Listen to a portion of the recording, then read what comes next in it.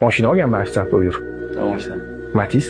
Da, endi u faqat ofitsant bo'lib yurib ishlavermaganman. Men orada kollejda dviganiya ham qilganman. Misol kollejda o'qib yurgan paytda ishlagan bo'lsam, telefon olardim, nima qilardim? To'rtga kirardim, telefon bormi? Bor. Hatto avtobusda borardim, shu telefonni olib kelardim. Orizorga tushiriladi, korpus almashtirilardi, как yengidek ustidan u paytda laminatsiya tortasida, takoy atirlarni zo'rini sepib qo'yardim. Kollejga ushlab borardim ertasi kuni.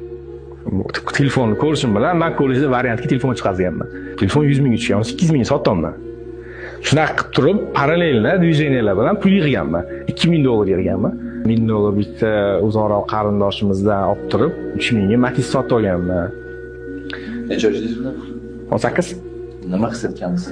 His qilgan narsam boya birinchi Matiz olganimda, впервые сел за руль и такой o'zimni shunaqa his qilamanki, mana shu mashinani men oldim, Xudo berdi, endi такой uverен haydayman. Hozir tutib olsam ham bu meniki-da, hech bo'lmasa hech kim kelib turib boshimga par surib mashinani yuz ko'rmas bo'lib ketmaydi deyman men.